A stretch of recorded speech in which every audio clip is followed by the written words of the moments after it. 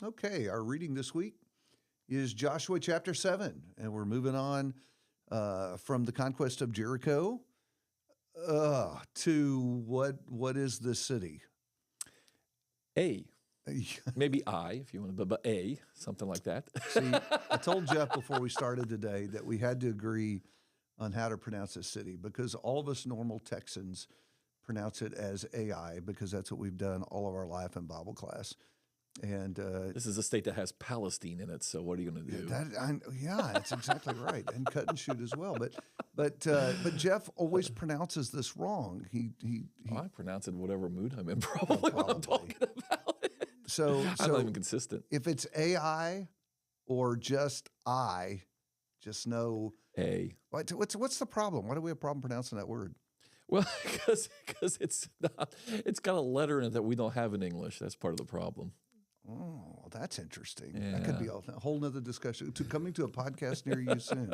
The letter that we don't have from the Hebrew alphabet. Anyway, so if you get mixed up about that, that's what's going on. So let's talk a little bit about what's happening.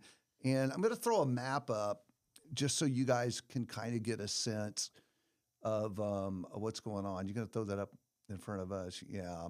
So we cross the Jordan and they take Jericho. That's the first one. And we're moving from east to west. Mm-hmm. Okay. And so notice AI or I is a little bit further west. And what they're doing is they're moving across the middle of the land. Well, yeah, there's kind of a natural route there. And so they're going to move further west, and then they're going to turn and they're going to go south. And so you can bring us back up.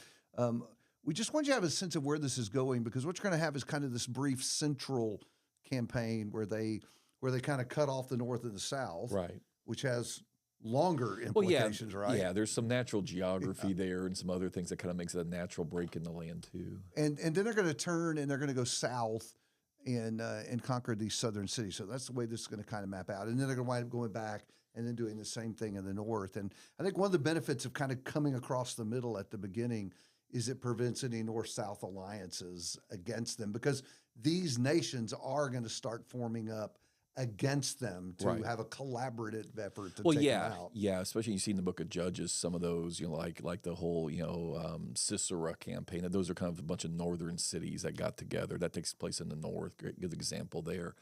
The other thing is this is kind of the heart of the ancestral land in that, you see Hebron there. There's another one. Sorry, it happens. What's the other one? Hebron. That's that. I'll translate for you. Oh no! Next time we were watching the international news, man, they'll call it Hebron. Anyways, but no, that was kind of the area of Abraham, and so part of where Abraham did a lot of his sojourning. This is kind of the real heart of the ancestral. Even though God gave Abraham the whole land, all the way to the Euphrates River. But where he pitched his tent and did a lot of his dwelling and sojourning was in this region. So, and of course, buried there, remember, the cave of Machpelah and all of that. That was the first piece in the land. That he ironically, God's giving him the land, but he bought it. He insisted there to purchase what he had. So still was buried there. The other patriarchs are buried there. So that is really heart of their ancestral land and their Abrahamic identities in that area too. So let's go back to this city because the setup for this one is really interesting because they start out by saying Ai is not much of a city. Yeah. And so let's just send a few guys to go up and take it. Well, and that's why. And everything falls apart. Yeah, I mean, it really was. I mean, it was a very insignificant, city, village, what have you. I mean, so much so that even to this day, though maybe not so much in recent times, but historically, the actual location was debated archaeologically.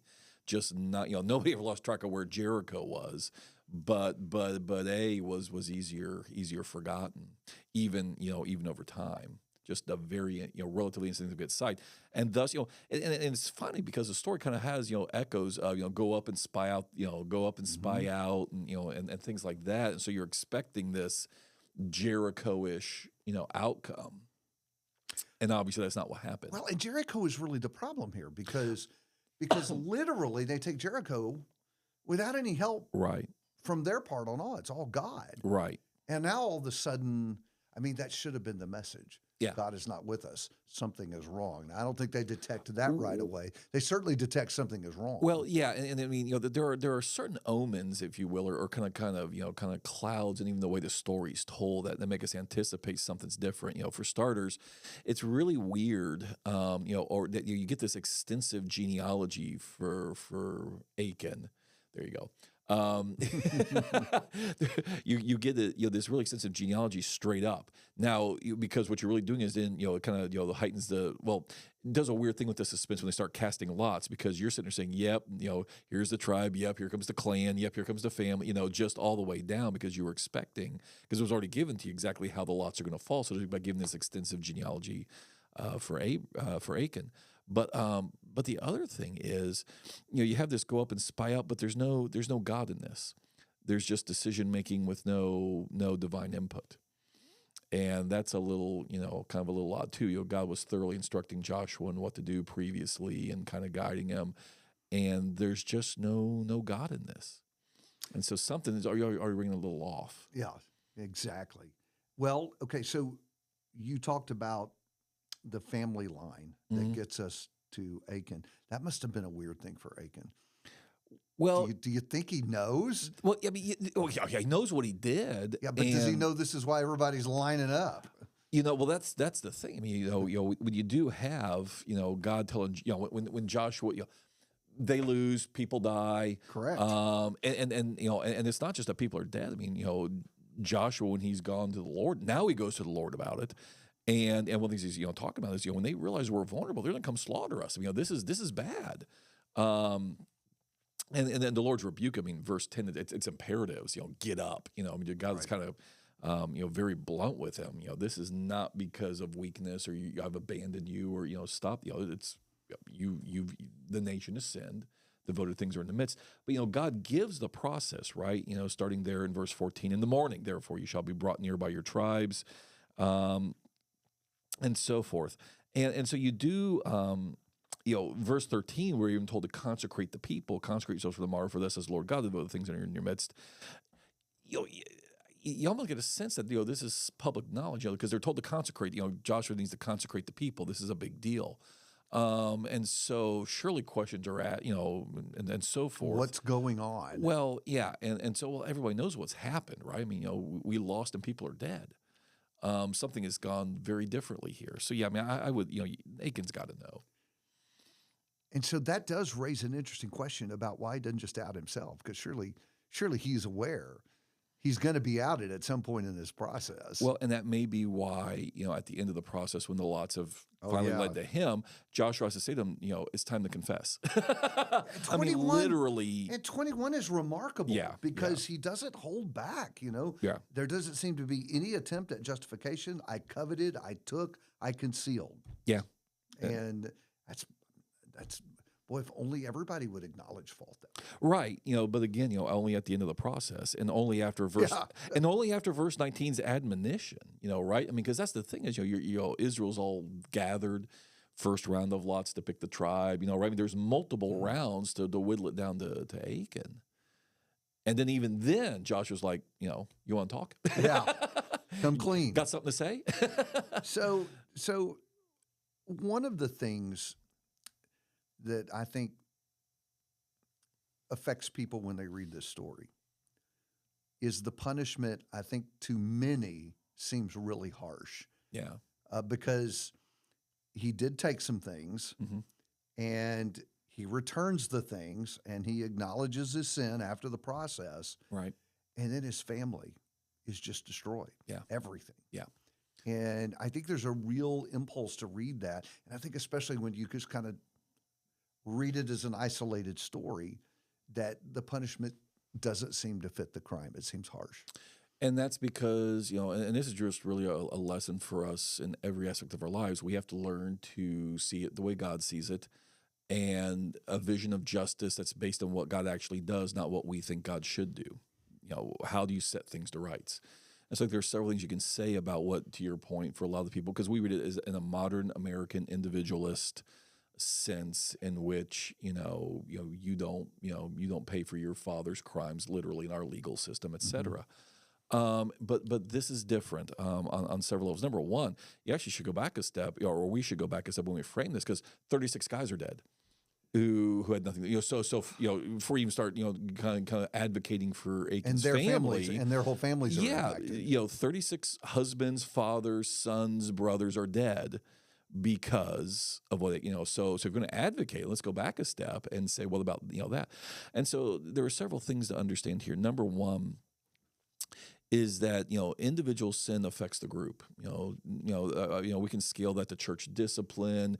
We can scale it to intergenerational sin, where even when you don't inherit the moral guilt, and that's one of the crucial distinctions. There's a difference in inheriting the moral guilt, original sin concepts, inheriting Adam's guilt, inheriting the moral guilt versus suffering the consequences. We see that all the time. There is no such thing scripturally as original sin, in the sense that I inherit Adam's guilt, and so I am born sinful. That's why we should be baptizing babies, etc. No.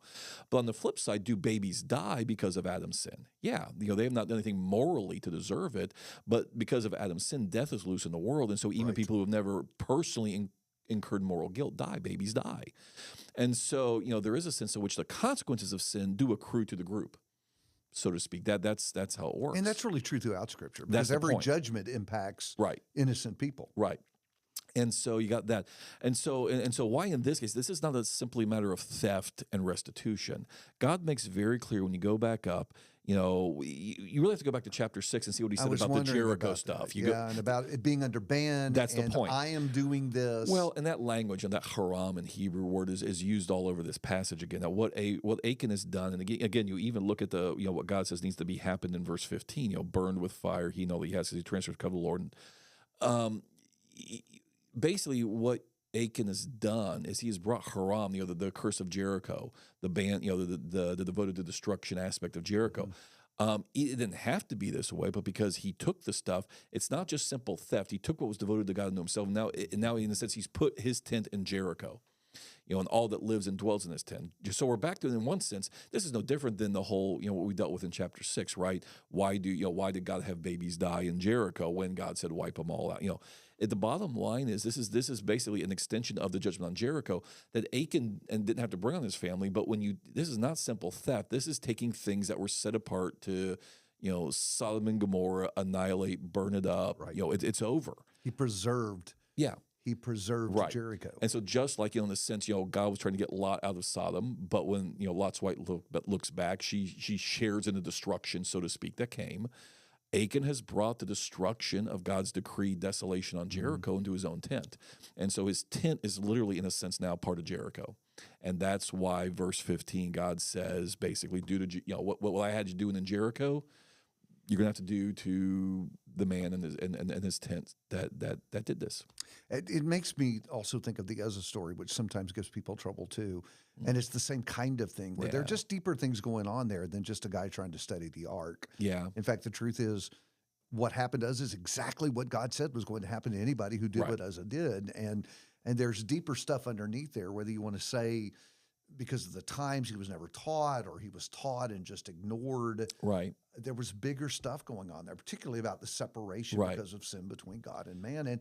And maybe even a more fundamental piece of this is just our own failure to appreciate in our times. This is soaking in our culture. Sin is not that big deal to us that it is to God. Right. That's a big part of the problem. Well, and again, living in a morally relativistic age, where even when we're, in a sense, trying to read the Bible, follow God's will, we still, just because we're swimming in this toxic mindset all the time, living in this toxic mindset, the idea that, just morality is a social construct. It's just people's opinions. You have your truth, I have my truth. And so we forget that there's a sense in which sin is not God's arbitrary truth, that there is a deep reality that flows out of the nature of God. And so he can't be true to himself and let this stuff slide. These are not arbitrary decisions. This is a reflection of his holiness, his righteousness, his justice. And so, again, our problem is not to sit there and say, well, that doesn't go with my truth, God, and so how dare you handle things this way, but to realize there is a deep, intangible, ultimate reality to God's morality that goes beyond, you have your truth, I have my truth. It's all moral relativism. This is real. This is reality. And we need to get our minds back to the fact that my job is to conform myself to the reality that God has revealed about himself and about his creation, rather than sitting there saying, this just seems, it's only harsh. It's only harsh if God is arbitrary in his rules. But what happens if his rules aren't arbitrary? What happens if they're a function of his nature, his very self, as all of creation in one sense is? Which is why when we get into these stories, and there are a lot of stories like this in the Old Testament that often trip people up. The story of Abraham being asked to sacrifice Isaac, Right. and all those stories. If instead of listening to the critic, if we would pause over those stories and look more deeply, which often critics haven't done, Right. they've just found them useful stories to lightly pass by and take a shot at God. But if you dig Right. deeply, there's often more profound truths underneath that are causing the actions happening on the surface Right. that have a lot to do with who God is. Right. No. And we've got to really dig a little deeper, I think, sometimes Right. to appreciate what it's all really about. Right. I mean, there's a sense in which, you just think about lines like in the Psalms, the heavens declare the glory of God. There is a sense in which, God's created works are a function of a revelation of his nature. When God is creating and it's good, it's good, it's good. Well, what does that mean? That means God is creating things and creating this world, especially before the fall. God is creating things in a way that are good according to his nature, his will, and so that's the thing. We're so used to everything being arbitrary, again, the fancy word these days, socially constructed. And that's not how it works. The reality is there is a deep, underlying, intangible reality to creation that comes out of God's own nature. And so this is not arbitrary. This is, you broke the deep, you messed with the deep things of creation and God's nature. And there's a blowback for that. The other thing that I think is interesting as we've made our way through Joshua, we typically think of Joshua as the book about the conquest. Yeah. And yet there is so little data. Have y'all noticed this about the actual battles? Right. I mean, and if there is like battle stuff told, it's very, very brief, just like in this story. Yeah. The story, way more attention is about Achan and about God and about what went wrong there. Right. And even back when we were talking about Jericho, there's a whole lot more there about Rahab than the actual what happened. Like the day of when the walls fell and what all went down and what troops were where and all. There's a lot of that going on. It's a whole lot more about God and his people than it is about battles. Yeah. And so I think it challenges us really to read the book in a different way. Yeah. It isn't so much about the conquest as it is God doing this thing with his people and how messy that looks sometimes. Yeah, it's not meant to be a military history, or something like that. Yeah, which is what we like. I mean, we like World War II documentaries or whatever. This is not a military history. This is this is about the spiritual part of the conquest, the spiritual dimensions of the conquest. Because there's a sense in which God's with you. Militarily, it's boring. God can annihilate. God can do whatever. Walls fall down. In not a sense, much to tell. Yeah, right? this is not this is not the Iliad or some great Greek legend of war and where warriors prove their mettle on the battlefield. Because this is nothing for God. This is the spiritual struggle. And the spiritual dimensions of the conquest. And will Israel finally fall into line and trust him? Trust him and obey the covenant. Yeah. That's it. So there you go. Thing to think about as you read Joshua chapter 7 really is more, not so much about Ai, but more about Achan and Israel's struggle to trust the Lord.